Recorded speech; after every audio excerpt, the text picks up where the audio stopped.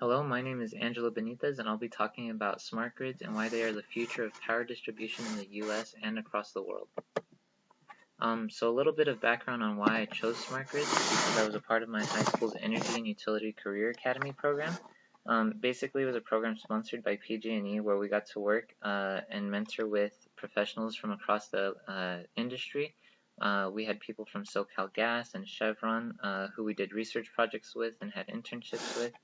And one of my projects was actually on smart meters and their ability to communicate back and forth between the consumer and the grid to show uh, energy usage and try to incentivize people to use less energy during peak hours, and why people without smart meters on older homes should upgrade to them. And then I have another little anecdote about a professor in college who had just gotten solar panels on his house, and he was showing us the data on his phone in real time about how much energy his solar panels were producing, how much was going towards his house, how much was being sent back towards the grid, and how he could even receive a 90% credit on that energy that he sent them, so that in case he should ever need that energy when his solar panels weren't producing, he wouldn't have to pay as much because it already came from him essentially. So what is a smart grid? Smart grids are your average grid, but they're more advanced. They're the same grids that are being upgraded to house this technology that allows for more reliable and consistent power distribution, and they use AIs and more cloud computing to automate more of the processes. That way, the physical operators can focus less on having to sift through data and constantly monitor everything that's going on to just focusing on the large problems at hand and making sure that everything is going smoothly on its own. And so they're constantly reacting to the changes in generation, transmission, distribution, and consumption all at the same time. So how did smart grids get started? So back in 2001, the U.S. Department of Energy began creating workshops focused on the integration of this distributed energy grid. And in 2003, they found that they were making $249 billion in revenue every year, but they were losing about an average of $79 billion due to the outages that would leave customers without any power for days at a time.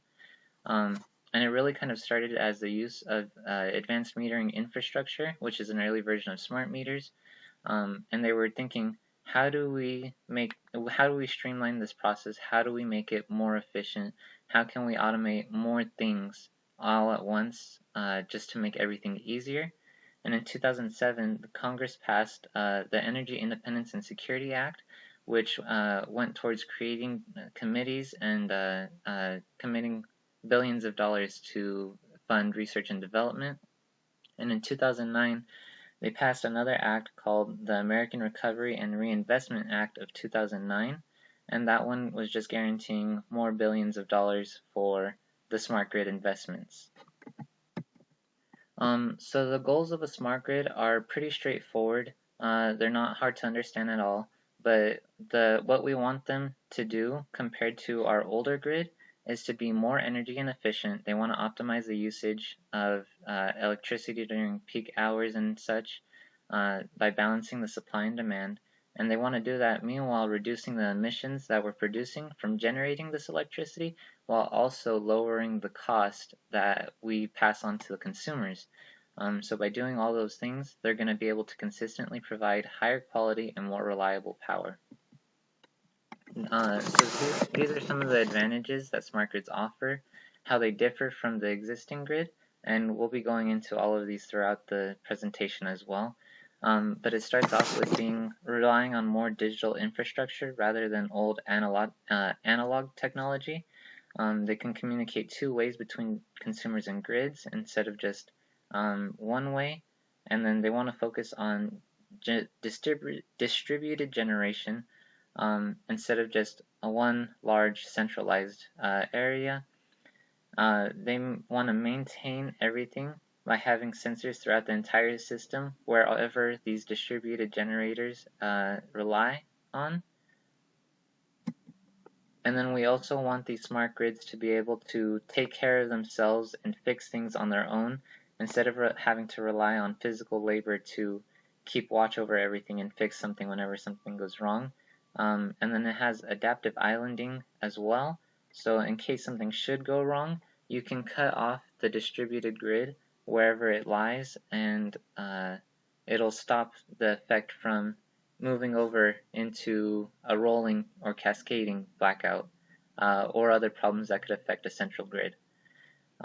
The control is also very easy. It's intuitive. They make everything simpler for the operators to understand, and with all of these advantages, it passes on more choices to the consumer on how and when they should be using their electricity, so they can make smarter choices.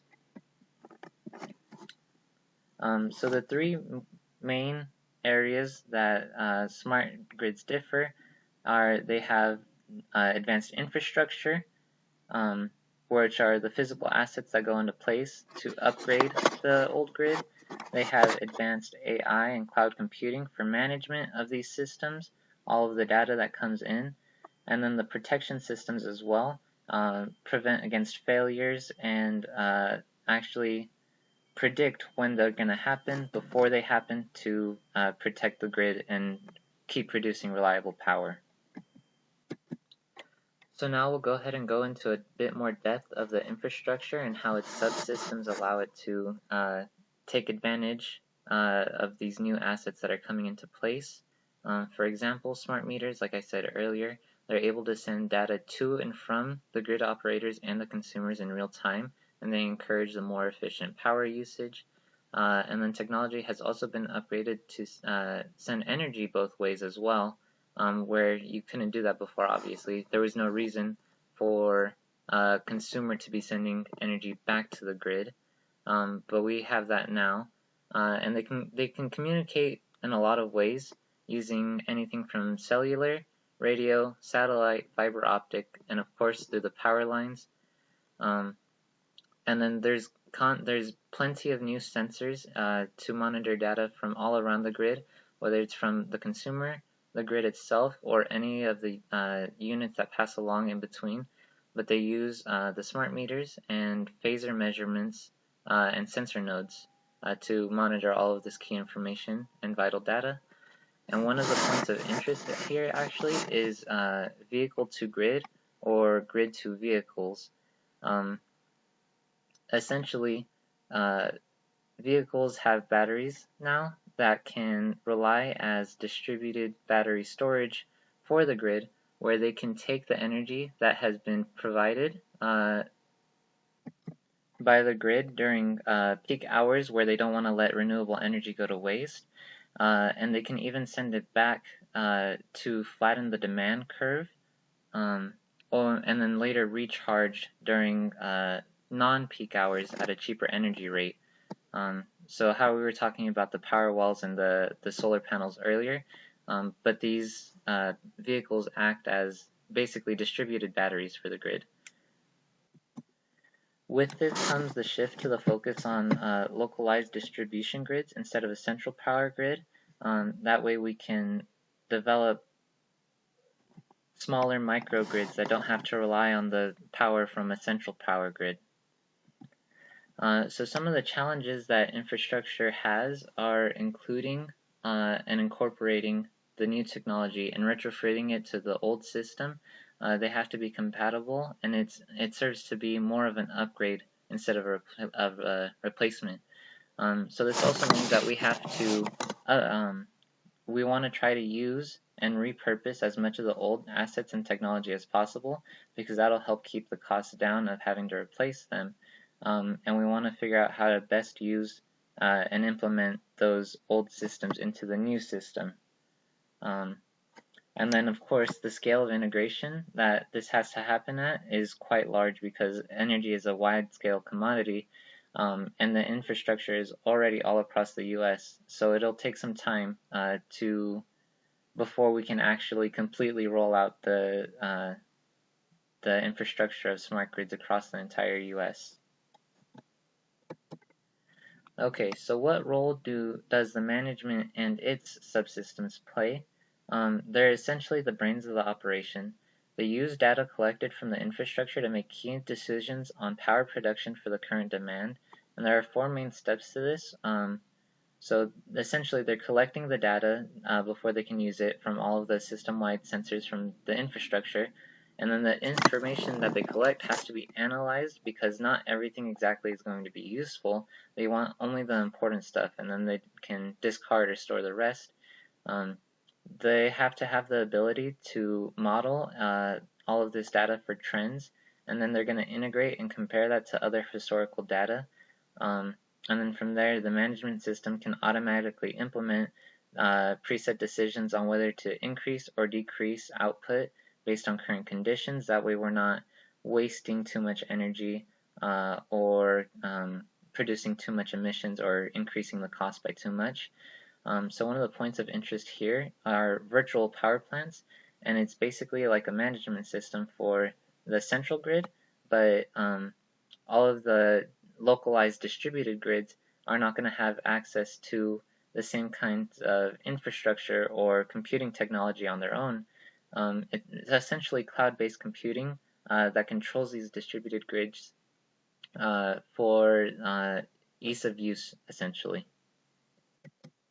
So some of the challenges that management faces are having to manage the fluctuating power generation from renewable sources because obviously wind and solar aren't going to be available 24/7, and they also have to optimize between renewable energy and fossil fuels to keep both the costs and emissions low. Although renewable energy produces less emissions, this typically comes at a higher cost to energy that comes from dedicated power plants that burn fossil fuels. So this is again where those vehicle to grid and power walls come in handy. They save the renewable energy from being wasted. They can send it back to the grid during peak hours so that they can flatten the demand curve and rely less on fossil fuels. And then they'll recharge again later when the energy is cheaper, and they'll fill the valleys of demand. That way the operating costs are cheaper as well. If the demand curve is more consistent. And then they have to compute these mass amounts of data effectively as well. So that's difficult because they have tons and tons and tons of data coming in all at once from all across the different points in the system. And like I said, they're switching over to cloud computing where they can send off most of the data to be analyzed by dedicated servers for all of the simple tasks, and that way the central grids and operators can focus more on those important and difficult computing and analysis procedures. So the protection and its subsystems, some of the items that the protection systems guard against are user errors, equipment failures, natural disasters, as well as cyber attacks and technological failures. There are many instances throughout this market that produce vulnerabilities, but one of the most obvious ones is smart meters because they allow the ability to communicate two ways. Here we can see attackers try to steal data from users where they can steal names, information, and generally use that data to decide your habits with a large amount of accuracy, or they can try attacking the grid by injecting false data and either try to sabotage or disrupt the large-scale distribution center and essentially cause more problems throughout the entire grid. So point of interest here actually is in 2003 there was a blackout on the East Coast that ended up cascading and causing loss of power for over 50 million people for quite a few days. So one of the things the protection system does is it'll predict and can analyze and prevent causes of failure before they happen. And should these events happen, they can isolate the microgrids we talked about earlier and prevent them from, they can cut off the link and prevent them from spreading to other microgrids and isolate it. So some of the challenges that they face are because of the increasing complexity of the smart grid, there are many endeavors on the technological frontier that pose security risks because they simply haven't been around long enough to establish every angle that an attacker would choose to come from. So they're constantly trying to assess the risk posed by new technology before they implement it. And then the protection system has to sift through all of this data again, like we said earlier, from millions of points looking for anything that may indicate any issues, as well as decide whether or not to implement a failsafe before that event actually occurs. And they have to do that very quickly because it could mean loss for millions of customers at the same time. And then the conclusion to our presentation today is going to be that the implementation of smart grids proves challenging and time-consuming as we continue to learn more about them, but the cohesion of the three main systems, infrastructure management and protection, ensure that the delivery of quality energy will continue to remain reliable and efficient. Thank you.